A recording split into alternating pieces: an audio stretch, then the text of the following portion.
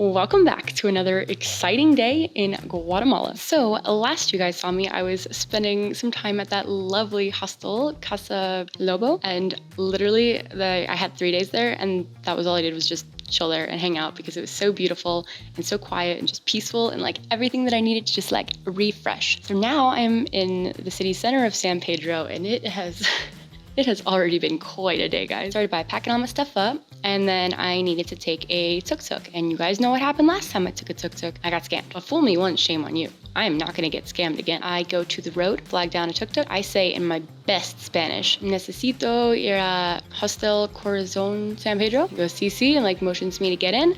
And so I'm like, 10 quintal, sí? And he said, no, 40. And I was like, I put my hands up and I backed up. I was like, adios. And then he was like, fine, sí, 10. Guys, I can't tell you how proud of myself I was in that moment. I felt on top of the world.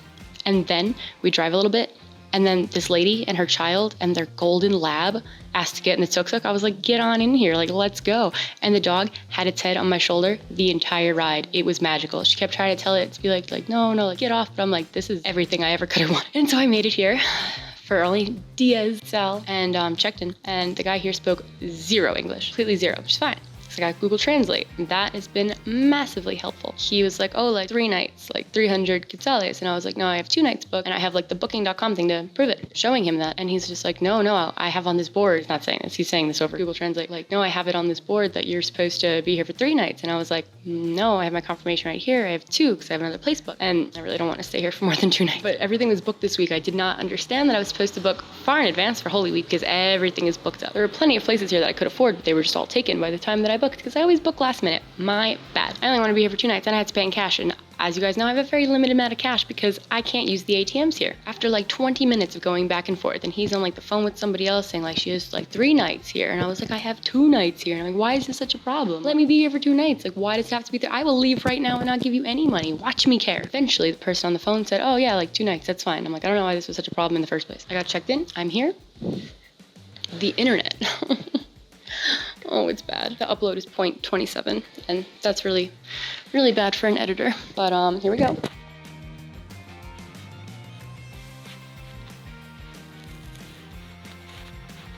And this is the funniest part over here. It says, do not close the fucking door or you're gonna get stuck inside. So I don't really know how we're supposed to use the bathroom, but luckily I showered this morning. I won't be doing that again until I leave in 2 days. I'm not showering without a locked door. Well, this is an exciting start to our second week. See where week 2 in Guatemala takes us.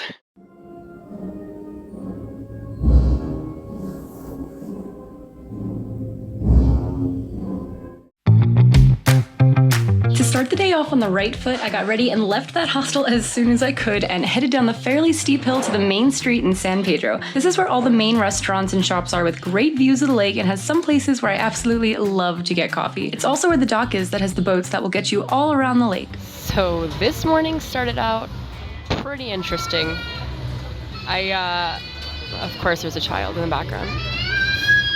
I'm never having children. So I was getting ready to come down here to the dock, get some coffee, and I'm actually going to go across the lake and go to San Marcos for the day and meet a friend that I had met up with that I met in Antigua. Just kind of explore for the day. I got ready, like put on my backpack. As I was leaving, the reception guy comes in and like comes over to my bed, the one that I mentioned yesterday that like I argued with, and then he like takes my sheets and starts like flip-flopping them, and I'm like, and he starts speaking in Spanish. I'm like, sir, like, I still don't understand you. Like, I don't know what makes you think that I'm going to understand Spanish all of a sudden. And there's one other guy still in the room, and he understands Spanish. And so then, like, he looks at him confused, and he looks at me confused.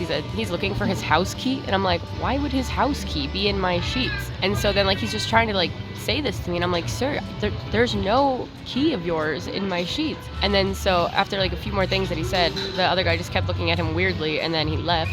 And so then I looked at this other guy, and I'm like, what just happened? And he was like, I don't know, that was really weird. And I was like, that was really weird.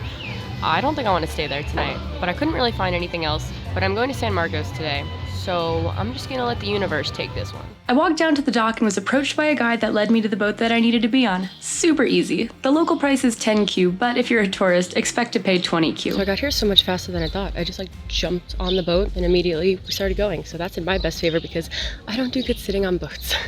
But let's explore and find my friend. When you get off the boat, you immediately enter a street known as Hippie Highway, and boy, it stands up to its name. Here you will find a lot of beautiful local art and hippie clothes and jewelry and elixirs and boards that have local weekly activities and classes posted on them. It was really awesome. When I met up with my friend, we grabbed some coffee from this cute shop before really starting our day. We headed to the local nature preserve, which is really popular among cliff jumpers and people who mainly want to spend the day in the lake. The price to enter is 20 Q per person, but that really isn't much for everything you get to experience. We headed up to the lookout first to get a nice view of all the volcanoes nearby. It was stunning. You can see everything on a clear day.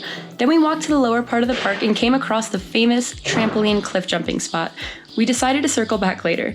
We went to a little bit of a quieter spot and just swam for a little bit. The water was so cold and refreshing, perfect for a hot day. There were so many people hanging out there. After an hour or so in the water, my friend decided to go for the cliff jumps. I personally am not a fan, but it was fun to watch. Nice. Go, kids, go for it. Watch out. After that, we were starving, so he took me to this place that he's been to before that has local Mayan food. They only offer one plate a day, which in my mind means they've perfected it. And man, it was so good. I also tried pupusa for the first time, and it was delicious. Highly recommend. Next, we were headed to the top of the town. I can see why everyone's in such good shape here. These roads are steep. I've been chasing it. Right? More interested in us. I loved how this one in particular had so many cute street dogs, and it was just so nicely decorated. After about 10 minutes of straight uphill, we reached the Eagle's Nest. You can take a tuk-tuk most of the way up, but we had some dinner to burn off.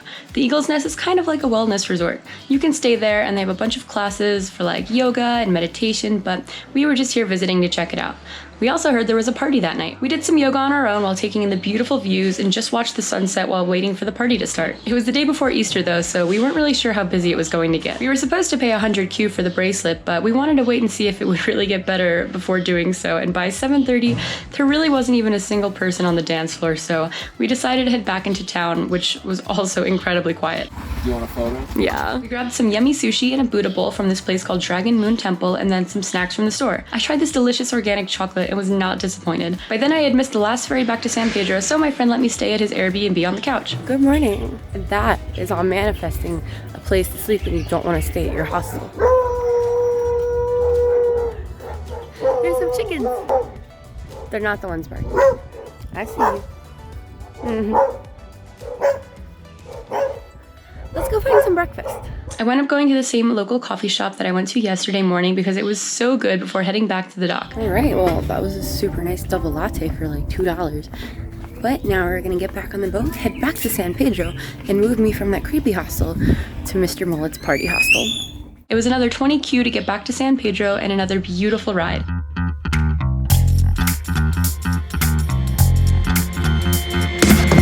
I made it back just in time to pack up all my stuff and check out by 11 before walking down that incredibly steep hill and leaving my bags at Mr. Mullet's since it was too early to check in. I grabbed some breakfast at this adorable restaurant that had surprisingly good Wi-Fi and transferred all my videos while sipping some delicious coffee.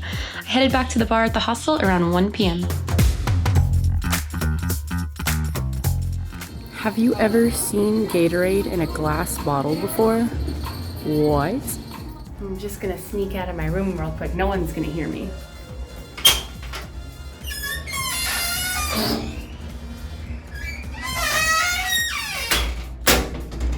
Alright, I'm finally checked into Mr. Mullet's party hostel, and this is my bed. Nice bottom bunk. The only thing I don't like is that the plug is all the way over there.